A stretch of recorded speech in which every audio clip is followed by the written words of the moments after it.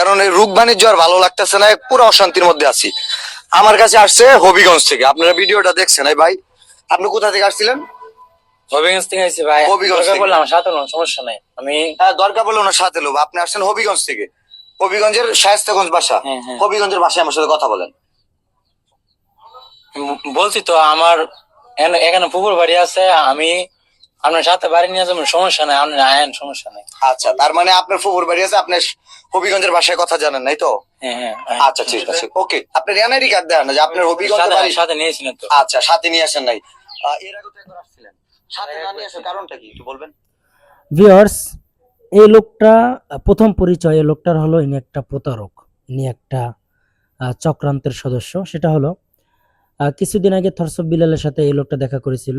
সেখানে থরসব বিলাল বলেছিলেন যে আমি কোনো মানুষদেরকে আমার বাসায় আসলে আমি সাহায্য করি না। এর কারণও আছে, এর অনেক কারণ আছে। যেমন আমি নিজে প্রমাণ দিব, আমার নিজের যেটা চোখে দেখেছি। অসংখ্য মানুষ বিলাল ভাইয়ের কাছে মানুষ আসতেছে যাইতেছে, কিন্তু এর মধ্যে কেউ হয়তো সাহায্য পাওয়ার যোগ্য, আবার কেউ হয়তো সাহায্য পাওয়ার যোগ্য না। কেউ হয়তো বাটপার, আবার কেউ হয়তো আসলেই গরিব, এরকম অনেক মানুষ থাকে। তো সেজন্য বিলাল ভাই বলেছে যে অযথা বাড়িতে গিয়ে যদি আমাকে কেউ বিরক্ত করে আমি কোনো ধরনের সাহায্য করব না। ঠিক এরকম এই লোকটাকেও বিলাল ভাই বলেছিলেন যে আমার কাছে যদি আপনি আসেন বা কোনো মানুষও যদি আসে আমি সাহায্য সহযোগিতা করব না। তো এই অপমান নিয়ে কিন্তু তারপরে বিলাল ভাই তাকে কিছু টাকা দিয়েছিলেন। তো এই টাকা নিয়ে সরাসরি সঙ্গে সঙ্গে তিনি কন্টেন্ট ক্রিয়েটর রাব্বির সাথে দেখা করছে, এবং কি আরেকজন কন্টেন্ট ক্রিয়েটর আছে যার নাম হলো কিবরিয়া।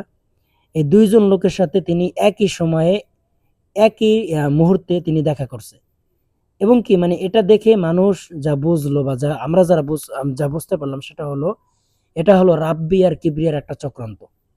কেননা থরসব বিলালের সাথে কিছুদিন আগে তাদের একটা ঝামেলা হয়েছিল, আপনারা দেখেছেন যে সাইদ ভাইয়ের চিকিৎসার জন্য যে কালেকশনটা ছিল সেই কালেকশন একটা ঝামেলা হয়েছিল। তো এটা এরকম হতে পারে যে রাব্বি আর কিবরিয়া বিলাল ভাইকে ছোট করার জন্য বা জনসম্মুখে হ্যায় প্রতিপন্ন করার জন্য এই নাটকটা হয়তো করতে পারে।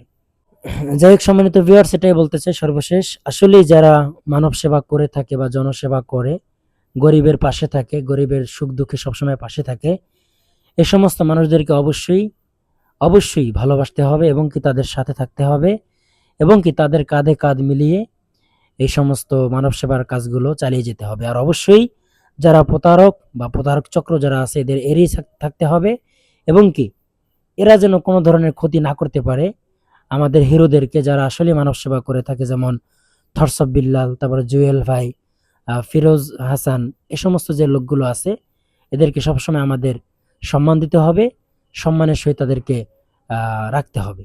আশা করি সকলে বুঝতে পেরেছেন। আসসালামু আলাইকুম।